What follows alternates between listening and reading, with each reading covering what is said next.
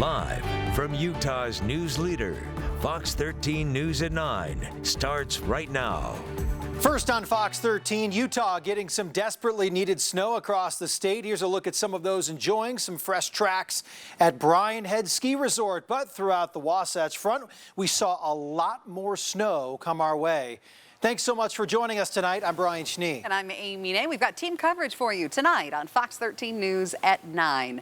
Spencer Joseph spent the day in the Cottonwood Canyons talking to people who are taking advantage of all this snowfall. But we start with meteorologist Breck Bolton with a look at where we go from here. Breck? Well, let's look at where we're going, but first talk about where we've been. Over the past 24 hours, we mentioned significant snowfall, especially up in the mountains. But the valley's also getting into the mix. As we look at the Wasatch back at Heber, they picked up 8 inches of snow over the past 24 hours. Syracuse, Weber and Davis County seeing any ranges from 2 to 6 inches.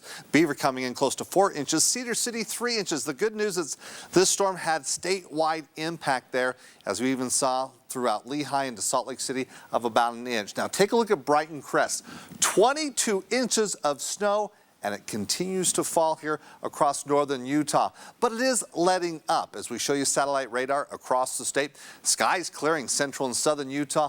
A little bit of movement of moisture heading into southern Utah. But let's turn towards the north here, where again along the Wasatch Front we've been seeing the active weather, seeing kind of spotty light snow showers, particularly as we look west of I-15 moving through Weber and Davis County, impacting areas such as West Point, Clinton as well, and pushing further northward. Now the activity that we're seeing is very light activity, but as we look behind, drier air tracking through. However, we could continue to see some light snow showers. Now visibility, a little bit of a concern as we're seeing some patchy fog in the Uinta Basin, also southwest Wyoming, and also see the development of some fog here along the Wasatch Front. The storm moving on, but we've got a few more lining up. How many storms can we expect here over the next several days? I'll let you know coming up.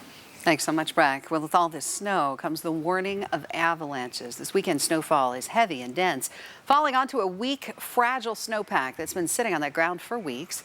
And that's apparently the perfect recipe for an avalanche. Experts have put an avalanche warning into effect, meaning both human and naturally caused slides are likely. If you do trigger a slide, it's going to break deep, it's going to break wide, and it's going to reveal everything that's underneath our thin, shallow snowpack. So traumatic injury from getting carried through rocks and stumps and over cliff bands is easily a season ender, if not even worse than that. Now, if you are planning on heading out into the backcountry this weekend, make sure to bring the proper equipment like shovels and an avalanche beacon. An avalanche triggered at Sundance Resort this afternoon, forcing the lifts to stop spinning for a few hours. According to the resort, around 1:30, a man's ski came off and slid into a roped-off closed area. When the skier went into that area, he triggered a slide, and the avalanche buried him up to his neck. Ski patrollers were able to dig him out. They say the man didn't have any physical injuries, but he was sent to a local hospital. The resort reopening this evening for night skiing. With all the inclement weather, the Cottonwood Canyons certainly saw their fair share of people heading to the ski resorts. Fox 13's Spencer Joseph joins us live from the mouth of Little Cottonwood Canyon tonight with more on all that. And look at the snow falling all around you, Spencer. A pretty picture. Right. Good evening to you both. I mean, this is the stuff right here, making sure that this is falling all day. That's good news for the Cottonwood Canyons. That's good news for the ski resorts. We left Big Cottonwood Canyon about an hour ago. It was coming down like this. Getting up here, it was coming down a little heavier about an hour ago. Now it's lightening up, but we've been up and down both Big and Little Cottonwood Canyons today talking to everyone, and they're so glad to get up on a good powder day, and very much so the first very good powder day of 2021. It was awesome. There's some good powder today. First real storm we've had this winter. We live right down in the valley in the canyon, and you know, when it's fresh snow, it's like we're gonna be here no matter what. Yeah, way too powder hungry. Braving the traffic, the weather, and the lift lines, as well as the COVID restrictions. For those that traveled up the Cottonwood Canyons today, it was certainly the best day of 2021 so far to hit the slopes. Yeah, it just makes all the difference. You know, you come up and everything's just fresh and soft, and the spirits are up, everyone's psyched. When there's fresh snow, when you fall it doesn't hurt, and then you have good traction on your board. The powder is really forgiving, so if people can get out on a powder day, it's definitely better for beginners. And right behind our interview ended up being a side effect of an awesome powder day. but a great example of people coming together when they need it. We actually got stuck. Looking right here, I guess the road ends and it's just a bunch of deep snow right here. A truck came around and he pulled us out. And interrupted your guys' interview too. Over at Snowbird and Little Cottonwood Canyons, the conditions were just as awesome. An incredible powder day today. It brought us up to 159 inches of snow so far this season. And to prove just how incredible it was, Sarah Sherman sent us this video from the slopes today. Everyone's been anxiously waiting for more snow, and this weekend delivered. We had 16 inches of snow in the last 24 hours. But despite the fun, Snowbird isn't taking any chances with the pandemic. We want people to wear face coverings, social distance. We have our parking reservation system, which is really the #1 way we're hoping to control the capacity of folks here on the mountain. And skiers across the 4 resorts say They're absolutely cracking down on it. I think they shut down the lift because someone didn't have their mask on. so as the snow keeps falling, the hope is the lifts can keep running. All working together to follow these regulations, that's how we get to stay open and keep skiing. Yeah, I mean, it's Salt Lake City. We all want to ski. So as long as they can keep the lifts running, I don't think they're ever going to have an issue with getting people here. Yeah, word for the wise, though. My partner behind the camera, Jesse, and I both saw a lot of cars that actually had to be pulled out because they had gotten stuck in the snow today, more than I've seen in past. So if you are heading up the Cottonwood Canyons this weekend, just make sure that you check conditions. And also, if you're driving up, make sure you check the conditions on the way down before you go up to make sure that you're safe on the way back down. Live in Little Cottonwood Canyon, Spencer Joseph, Fox 13 News, Utah. Spencer, thank you so much. Now to COVID-19 here in the state of Utah. State health officials reporting another 1,700 new cases of the virus today. The state's 7-day positive test rate has fallen as well. It's now below 19%. ICU beds in our state are 90% full. More than 222,000 vaccines have been administered in the state of Utah so far. More than 27,000 of those inoculations were people receiving their second dose. The COVID-19 deaths of 19 more Utahns were reported today. Now, the victims were from Davis, Duchesne, Salt Lake, San Pete, Utah, and Washington counties. We do want to note that 5 of these deaths happened last month. Almost 1,600 Utahns have lost their lives to the virus. Governor Spencer Cox says Utah is just not getting the vaccines that they need from the federal government. He appeared this weekend on CNN addressing that and other issues with the state rollout. We just have to get more vaccine. Governor Spencer Cox, when asked if there were 3 things that could improve the state's vaccine rollout, saying there's just that one. We're only getting 33,000 doses a week. So next week we will run out of doses on Wednesday. That's going to happen every week until we get more. He also said some insight into the manufacturing would be helpful for future planning and blamed a partnership with the federal government and CVS and Walgreens for extra shots he says are now being put to use elsewhere. I don't think any vaccines have been wasted. Let me tell you what happened on day 1 as governor. I said, we will use every dose of vaccine within 7 days. And if you're not using those doses within 7 days, then you shouldn't have the vaccine or you have too much of it. Since he took office 2.5 weeks ago, Cox has lowered the vaccine eligibility age from 75 to 70 and pushed to expedite statewide vaccinations by issuing an executive order to require new doses be used in 7 days or be given by the state to other sites. Taking that back, and we're giving it to our local health departments, and it will be gone next week. But the new governor, who as lieutenant ran the coronavirus task force for the state, said on national TV Friday, we just need more. This shouldn't be the Hunger Games like it was with PPE, right? That was ridiculous, and we all had to play that game. We're all in this together. And then just a few hours ago on Twitter, the governor stated again, Utah needs more of the vaccine supply. He says 50,000 doses were given in just the past 4 days, and the state gets just 33,000 a week.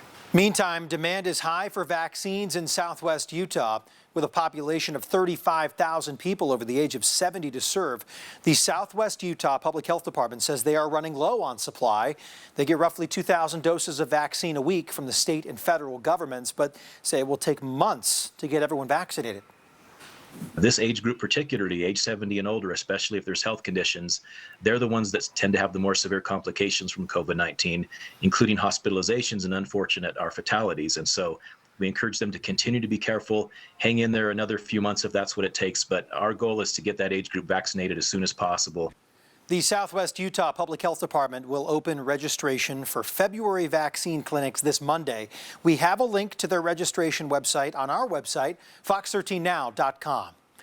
Remember at the beginning of the pandemic just how difficult it was to buy toilet paper or the coveted hand sanitizer? People were going for it. Researchers at Weber State University believe that laws meant to protect consumers may be partially to blame for those empty store shelves. Fox 13's John Franke takes a look at those findings. In 2020, where to buy toilet paper and where to buy hand sanitizer were two of the most asked questions on Google. Well, this research from Weber State found that laws to keep prices for these items low may be the reason why they flew off the shelves. It is illegal to raise prices to a large degree during an emergency in Utah. This is the Utah statute that prevents price gouging during a state of emergency like the COVID-19 pandemic. It says, quote, a person may not charge a consumer an excessive price for goods or services. Doing so could cost a retailer a $1,000 fine. There was a big push for people buying toilet paper in March-ish, and that lasted through April, and everybody was kind of wondering, like, what's going on? This is crazy. That drove Gavin Roberts, a professor of economics at Weber State, to look at online trends. He compiled data from March and April on Google searches for toilet paper and hand sanitizer. He found in states that have price gouging regulation, we see a higher volume of searches relative to states that do not have that regulation. He believes the reason for those searches is the fact that consumers couldn't find the products at their local stores. To explain how higher prices could have stopped the phenomenon, think of buying gas during a hurricane in Louisiana. If you allowed those gas prices to increase, then more people would be trying to supply gas to Louisiana because they can make more money because it's a higher price. At the same time, if you have a higher gas price, people will try to consume less gas. Low prices and Utahns' desire to prepare for a rainy day may have compounded the issue locally. Paying the low price because of price gouging regulation, might as well buy 2 boxes. If everybody does that, now we're snowballing the shortage even more. Utah and 35 other states plus Washington, D.C. have laws protecting consumers from price gouging. Laws may protect your wallet. That's the benefit of the regulation. But not your supply of goods. The cost of the regulation is the shortage. And that's a cost. That's a real cost. Roberts adds this research is not a recommendation to end price gouging laws, but it may finally answer the question why these items were next to impossible to find last spring. In Salt Lake County, John Franke, Fox 13 News, Utah. Lots more ahead here on Fox 13 News at 9. So glad you're here with us. Coming up, a wild crime spree in Taylorsville leads to a shootout and a standoff with police. Tonight, officers need your help in finding one of the suspects involved. It was lucky that we were able to find him so fast. He was kind of tucked away behind a little hill. Lost overnight in freezing temperatures, Iron County deputies search for a 77-year-old man. After the break, how searchers were able to find that man in the vast desert. And the Bernie memes keep coming. And believe it or not, they're helping some Utah businesses out. We'll show you how in a few minutes. We turn now to a developing story. 2 people are in custody after an attempted car burglary led to a crime spree taking place in multiple cities overnight. Unified Police telling Fox 13 that a woman whose car was almost stolen caught 3 suspects in the act in Sandy. That victim then chased the suspects onto I-15 while on the phone with 911. The suspects then opened fire on the woman mid-chase near Midvale. Fortunately, she was not shot. Officers then caught up with some of the suspects in a Taylorsville neighborhood. Those suspects also shot at police during the pursuit. We appreciate wanting to apprehend these people. When it gets dangerous like that, it's time to back off. It's property. The reality here is property can be replaced. Your life cannot be replaced. It's just not worth that risk. When that gun comes out and violence ensues, it's time to back off. Now, one woman was caught by a canine officer. Another suspect eventually captured after a standoff with SWAT officers at a home on 23rd West and 48th South. That third suspect, though, is still at large. If you know anything about where the suspect is, Unified Police would like to hear from you. 2 people were hurt after an apartment fire in downtown Salt Lake City. It happened at 360 South, 4th West. The victims were treated for smoke inhalation. Investigators are considering this fire suspicious. New video shows the moments Iron County deputies helped rescue a missing 77-year-old man. They found the man in the northwest area of Iron County after they got an emergency call that he had not returned home from a trip to a remote area in Nevada or checked into his hotel. The freezing temperatures overnight had his family and deputies concerned. Southern Utah University Aviation called in to assist. The missing man told deputies he had driven off of the main road and his battery died. He's actually in pretty good shape. He just spent the night in his car. He's goes up there quite often, so he was pretty prepared for it. Just wasn't quite as prepared as he should be. Scary stuff. Luckily, the man was okay when he was found, but he told searchers he was afraid he would not have survived another night. Good he was found. Now to an update to a story we brought you yesterday right here on Fox 13. Members of the Navajo Nation and other indigenous groups here in Utah were accepting coat donations at the Patagonia store in Salt Lake City today. Now, these donations go to members of indigenous communities hit hard by the pandemic recently. They also sold scones at the event and other tasty treats, all going to the cause. And it's to warm the hearts of those families back home, because we live so far from departmental stores, and with COVID happening, it's been hard to go anywhere. And even on the Navajo Nation, we have lockdowns and curfews. Now, if you could not make it to the event today, but you'd still like to donate, we've actually put a link to the group's Amazon wish list at fox13now.com.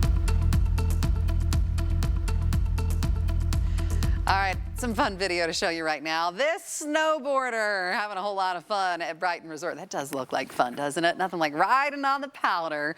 It was a big day for ski resorts all across Utah. Of course, a Saturday and some fresh snow. What more could you want? I don't think you had to work hard to find it today, too, Brad. No, not across northern Utah. We mentioned Brighton picking up 22 inches of snow. Yeah, that powder about thigh high there.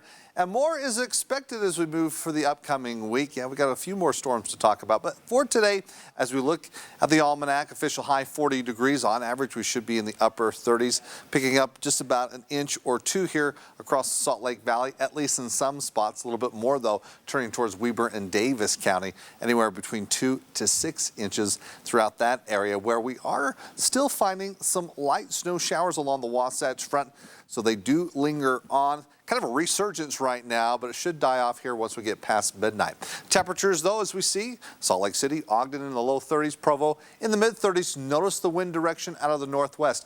We're beginning to see that push out of the northwest, where earlier on it was out of the south, which meant we saw kind of a mixture of rain and snow. But any precipitation that we see right now, it should be snow, but it is decreasing. However, as we turn towards southeastern Utah come tomorrow, showers look to increase with the possibility of snow. Now, avalanche concerns, as mentioned, where we still have an avalanche warning in effect until tomorrow morning.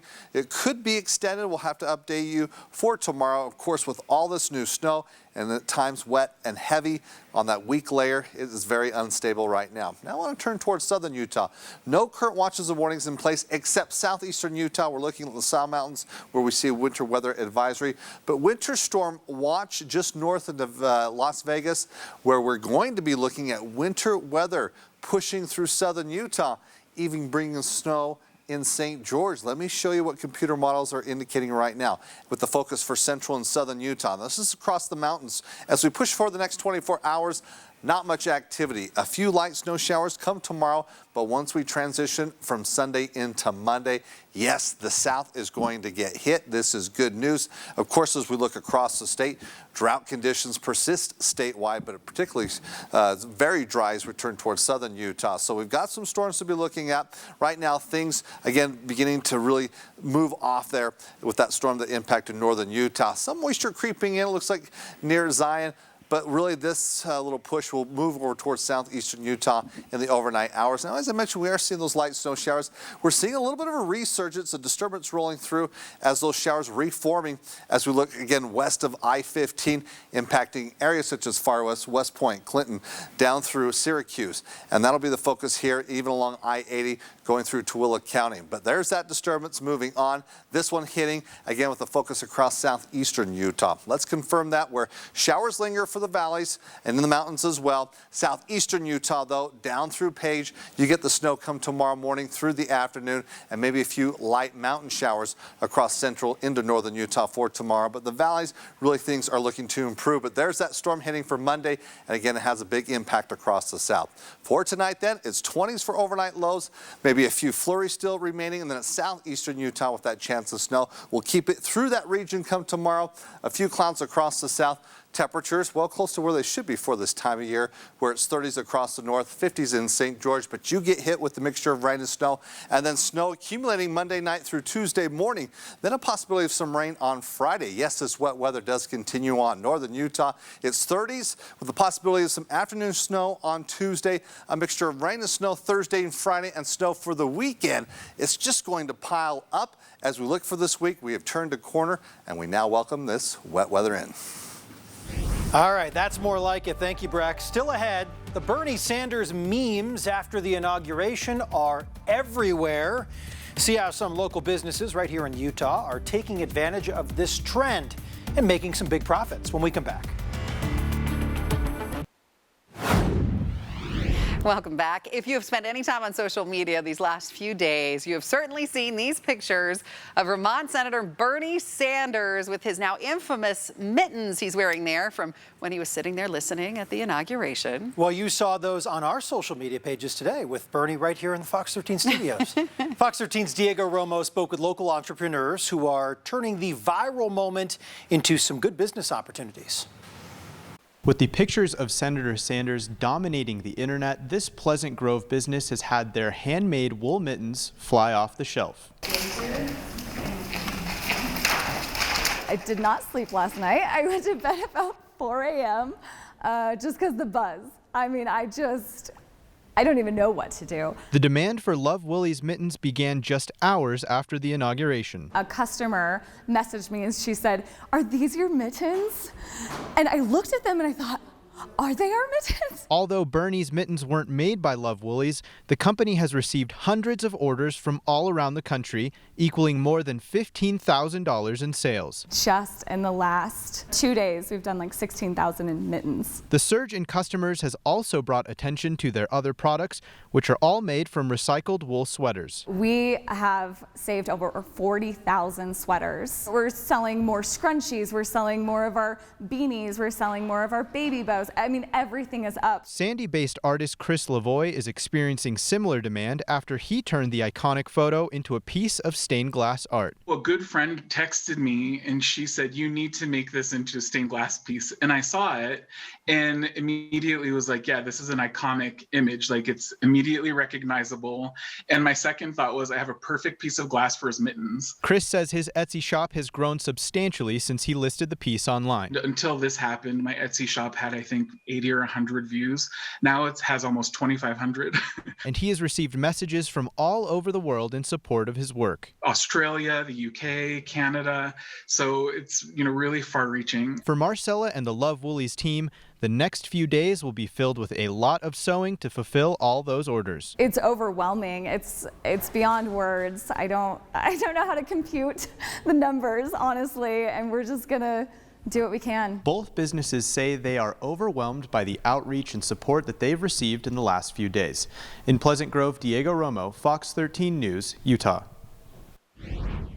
All I've ever done as an interviewer is I never brought opinions. I left my ego at the door. Was married an icon in the media world passing away today. Some sad news to report. Coming up next, we're going to take a look back at the impact that Larry King had on the world.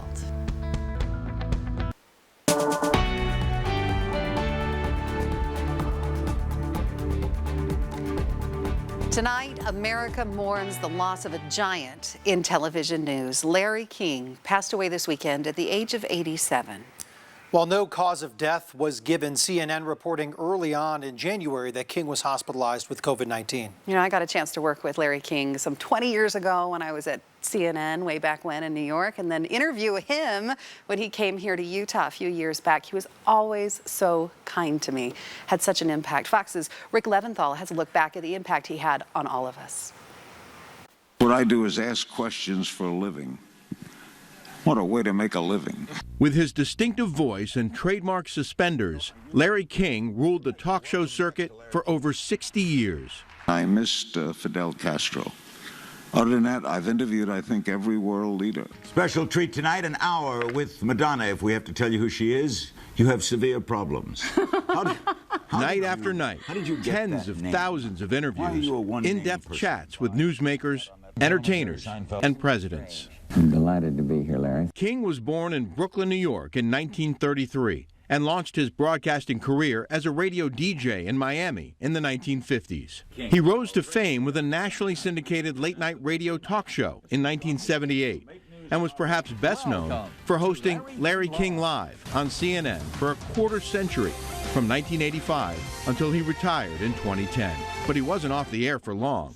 In 2012, he began hosting a show online called Larry King Now. While some critics suggested he was a soft interviewer, he won numerous awards for his work, including an Emmy and 2 Peabodys. All I've ever done as an interviewer is I never brought opinions. I left my ego at the door. I never used the word I. The guest was the thing that counted. King was married 8 times to 7 women and had 5 children. In later years, he suffered a heart attack and was treated for lung cancer. But through it all, he never lost his sense of humor or his desire to keep asking the big questions. The one question I would ask God. Okay, first, if Monica Lewinsky wants to come on, we'll bump God. No, God. My first question to God will be, did you have a son? Ladies and gentlemen, Larry King. Thank you. In New York, Rick Leventhal, Fox News. Well, President Joe Biden's first 100 days continuing to be busy. Tomorrow, the president's economic team is expected to hold a phone call with key lawmakers to discuss how his proposed $1.9 trillion stimulus package could move forward in Congress. Fox News reports Vice President Kamala Harris will lead those talks. She's been reaching out to senators in an effort to make a deal. If you are looking to still make a trip across Utah's borders for a Mega Millions ticket to potentially become a billionaire, you are officially out of luck. One ticket in Michigan matched all 6 numbers drawn last night for $1 billion. That's the whole jackpot. The cash option is $739 million before taxes. Not a bad chunk of change. There were other big winners on Friday, too. 10 tickets matched all 5 numbers to get the second prize of $1 million. Felt like everything changed, and I wasn't sure if Jake was going to make it or not. Still ahead tonight, sledding can be a lot of fun, but it can become awfully dangerous and just in the blink of an eye. The warning one family has for you if you want to take your kids out for a ride this winter. Plus, while many Salt Lake City businesses were dealt a bad hand last year, the city has seen some big growth in some areas. We're taking a look at how they face those challenges head on and what they learned from 2020. We'll be right back. Welcome back. Doctors across the state say they're seeing a spike in sledding accidents and almost double the rate from last year. In fact, one Pleasant Grove family is speaking out after finding out firsthand just how dangerous conditions can be this year. Here's Fox 13's Bob Evans with that story. It was December 26th, 2020, the day after Christmas. The Bills family headed up Tibble Fork Canyon to test their new Christmas toys. But this wasn't like the times before. Jake and his brother, his twin brother and his sister went off into kind of an enticing area that had a really steep hill away from the rest of us. So when I went down, I didn't even mean to go down. I was just trying to make the tube straight so I could hold on to the handles. But then I went down, I hit a stick, I started spinning out of control. Went down really quickly and ran right into a rock. Jake's tube kind of twisted around such that his head hit that rock right on. Jake was rushed to Primary Children's Hospital. In a split second, it felt like everything changed, and I wasn't sure if Jake was going to make it or not. Jake had multiple skull fractures and is suffering from a concussion. Utah doctors say they see a number of head injuries as well as neck and abdominal injuries from sledding accidents. We've seen sledding accidents at twice the rate of last year. We've had such little snow that there's likely more obstructions, rocks and tree branches or tree roots that are sticking out that could lead to injuries that, kids could get hurt on. Jessica Strong says these injuries could be prevented or made less severe if children were wearing a helmet. It's something Jake's father says never occurred to him until Jake's accident. We live in a beautiful place, and it's fun to, take advantage of all that. But I think it's worth it to take a few moments to be safe, put your kids in helmets, and know where they are. Bob Evans, Fox 13 News, Utah. The Downtown Alliance is looking ahead at growth opportunities after facing a number of challenges in 2020. They've released their annual economic report aimed to help investors, developers, retailers, and policymakers make some decisions for Salt Lake City's growth. Here's Fox 13's Kelly Chapman. While our nighttime economy has suffered during the pandemic, 43 bars and 121 restaurants are adapting and finding ways to serve guests safely and employ workers. Focusing on the positives, the Downtown Alliance wants to look to the future of Salt Lake City after facing a number of challenges due to the COVID-19 pandemic. You do not have to walk very far downtown to see that there is tangible evidence of growth, of optimism, and investment.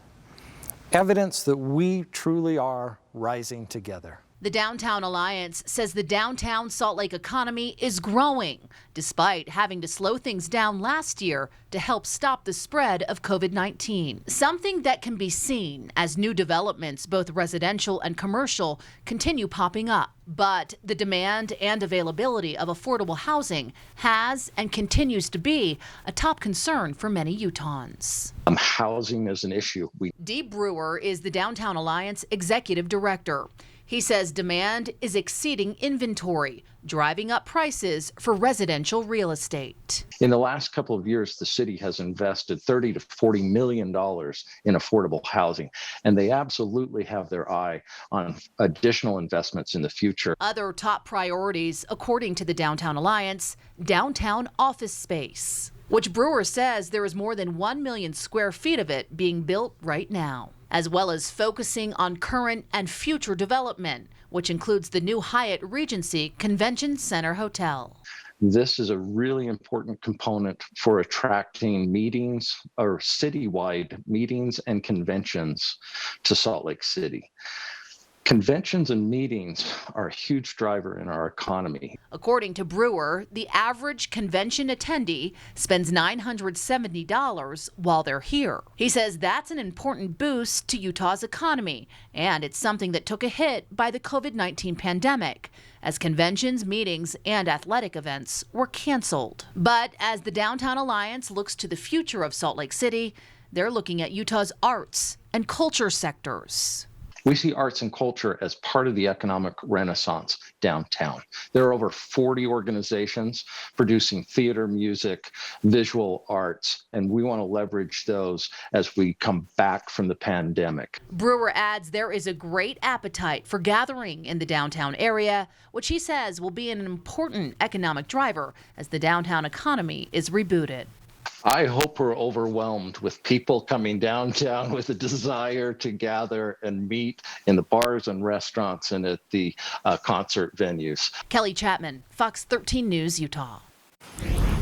Coming up next, the Sundance Film Festival. It will still go on, but of course, with some big changes due to COVID. We're going to take a look into what they're doing to adapt and talk about some of the movies that they're expected to do well at the festival. And later in sports, we'll run through the college hoops slate from Saturday while the Jazz have been ruling the roost. Could they add to the win streak at the Viv tonight? Highlights against the Warriors in a bit.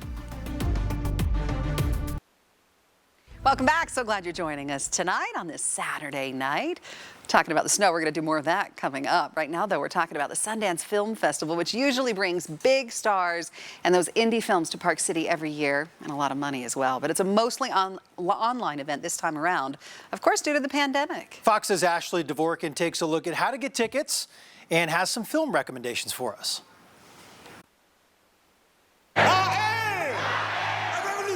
The virtual 2021 Sundance Film Festival includes 73 feature-length films for audiences at home to choose from. You can either buy a ticket for a movie, a single ticket. You could also do a day pass where you see a bunch of movies that you're interested in, or you can buy a festival pass. There are premieres and Q&As. What are your top 3 recommendations for Sundance movies? First is a film called How It Ends from Dara Wayne and Zoe Lister-Jones, who are married. This is a film that takes place on the last day of Earth, and a woman wants to go to her last party in LA. Zoe Lister-Jones is among the stars, as is Olivia Wilde, Helen Hunt, Fred Armisen. I'm here because I choose to be. Land, which stars Robin Wright. It's directed by Robin Wright, and it's about a woman sort of in the aftermath of an unfathomable event. She's trying to find sort of meaning in her life by searching the American wilderness. Passing is one of my most anticipated. This is directed by Rebecca Hall, who is an actress. It stars Tessa Thompson and Ruth Negga, and it's about 2 African-American women who they can pass as white socially, and they decide to live on opposing sides of the color line in 1929 New York. And this is a film that follows each of them to see, where their lives wind up. The Black Panthers. Also recently added, potential awards contender Judas and the Black Messiah before it debuts in theaters and HBO Max. Not only Sundance launching the big indie movies for 2021, but also launching awards movies. And this is something that we've never seen from Sundance before. These ain't no terrorists. The week-long festival starts January 28th. Ashley Dvorkin, Fox News.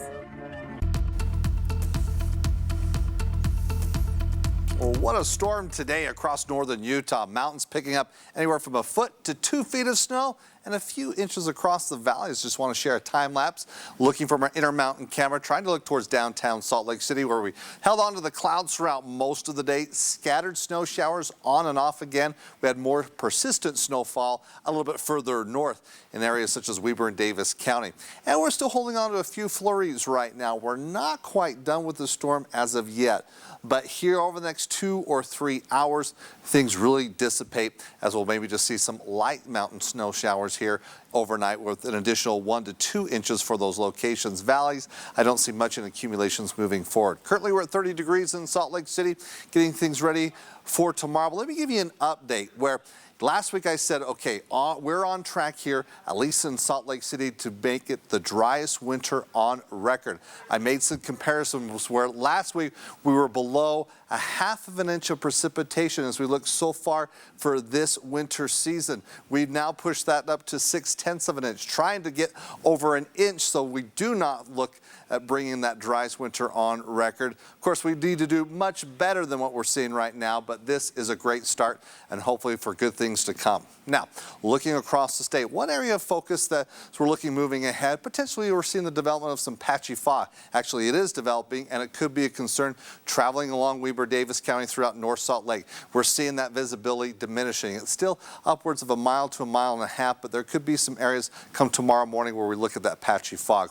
All right, moving ahead. As I said, a few lingering light snow showers, mainly mountain accumulation. As we take a look going from tonight through tomorrow, you're seeing that light blue. That's 1 inch or less across northern Utah as these snow showers do move on. Southeastern Utah, a little different story where we do have a winter weather advisory as we look at the LaSalle Mountains there, where we could pick up an additional 3 to 6 inches of new snow with another little storm moving through southeastern Utah. Then we have another storm hitting for Monday, the focus across southern Utah, where good news, even though you saw a little bit of snow from this last storm, you're going to get more of a direct hit as we look at the storm for Monday, and not so much for northern Utah, but it could bring in some snow as we head into Tuesday. Looking at satellite radar across the state, Fairly clear conditions across the south, noticing a little bit of movement of moisture as we are seeing some showers near Zion National Park here. Light snow across portions of northern Utah, Ogden, Layton, really west of I-15. That's where we're seeing most of the activity, also traveling along I-80 throughout Tooele County. These snow showers should dissipate, though, after midnight and hang around to mountain snow as we push through tonight through early tomorrow morning. This is the storm that's going to have a bigger impact across the south heading into Monday, and then some more storms as we look towards the end of the week. So looking at your hour-by-hour forecast along the Wasatch Front, mostly cloudy skies, temperature starting off in the upper 20s, which means we can see some icy conditions come tomorrow morning. As highs tomorrow, cooler, only into the 30s along the Wasatch Front. Close to where they should be for this time of year is southeastern Utah. We'll hold on to that threat. I'm mainly seeing some snow showers or maybe even a mixture of rain and snow in some spots. Now for St. George, you get hit on Monday as you'll see snow overnight Monday into Tuesday, accumulating snow. You might wake up to an inch or two, and then it looks like a slow climb out of the 40s as we look towards the weekend, but even another chance of some rain on Friday. Northern Utah, we get hit with that snow in the afternoon on Tuesday. It's not too big, it's cooler, and then a bigger chance of seeing some showers Thursday and Friday with more snow expected up in the mountains. Really, this is good news as we're moving more towards a wet weather pattern. The Jazz continue to chase down the NBA's best mark, and they're close. Utah perfect since January 8th, had the win streak at 7 going into tonight, hosting Steph Curry and the Warriors, where it did not take long. The Jazz machine oiled up from the tip. 14-0 start. Royce O'Neal. Time, please, says Steve Kerr, but O'Neal had another trifecta ready to bury. 19-2 Utah. We haven't even played 5 minutes yet, though it was the second quarter where the Jazz really exploded. Bojan Bogdanovic, 8-ball. Corner pocket to lead 20 at that point. Taking a break from the money ball for just a sec. Bogey eyeing Rudy Gobert the entire way. Lobs high enough for Rudy to go get it. Flushes over top. And then to add insult to injury, Donovan Mitchell says, take that, Shaq. With 0.2 till the half, the Jazz got the lead as high as 40 as they record their 8th in a row. This one a little too easy. BYU had a tough draw to open up conference play against top-ranked Gonzaga, but they've reeled off their last 3 to take hold of second place in the WCC. The waves of Pepperdine surfing in Provo tonight, though it was Brandon Averett hanging 10. 13 for him in the first half. Then the game plan was to locate Colby Lee. He's patented that quick hook, hook there. Cougars up 8. Make that 11 after Lee suddenly finds his man on the ground. Thank you. 3-ball now. Travin Nell, one of his 4 trays to this point, and then somebody put a tent over this circus. Averett somehow. What a take by the Oklahoma State and UVU transfer. BYU leading in the second half. Utah Valley taking a break from WAC play to visit St. John's of the Big East this afternoon. Evan Cole going both power and finesse for the Wolverines, who led after 15 minutes. But the Red Storm end the opening half very strong. Posh Alexander doing most of the damage. Then the home team keeping it going out of the locker room. Dylan Adaiwusu. Little flick with the left hand, forcing a Mark Madsen timeout. UVU guard Trey Woodbury led all scorers with 23 on 10 of 14 from the field, but they fall in New York by 18.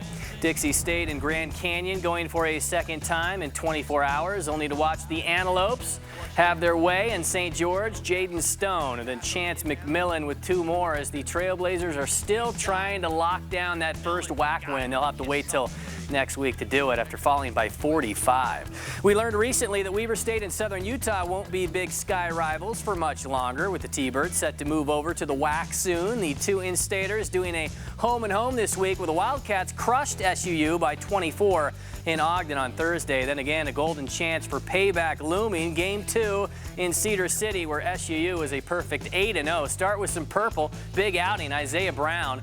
Though Southern Utah led by 4 at the intermission, thanks to Annan Moody after the kick out. And then Red boosting that lead as high as 10 in the second half. Crafty up and under by Harrison Butler. A season-high 18 off the bench for him, but Brown spearheading a potential comeback through the rinse cycle, and then with $1:20 left, this here takes Weber, this is a Weber lead right here, 26 total by the senior. But this was the play right here, the Thunderbird defense generating a bucket. What a play by Damani McIntyre. Picks Brown, his only bucket, a big one. So final seconds, the Cats down 1, but Dante Bassett throws it away. SUU stays perfect at home. The 6th-ranked Red Rocks were back in the win column this afternoon against Arizona. Jaden Rucker getting some serious lift off the floor. Both she and Sydney Solaski earning 9 nines on the floor to help Utah surpass the 197 mark for the first time this season. An easy win over the Wildcats. And Tony Finau came into round 3, 1 shot off the lead at the American Express. He did double bogey Saturday, but added 8 birdies as well. Handsome approach at number 15. And then next hole, oh so sweet, is the chocolate chip. Tony nearly eagles number 16 as Utah's own now shares the lead at 15 under par along with Max Homa and Siwoo Kim. We'll be right back.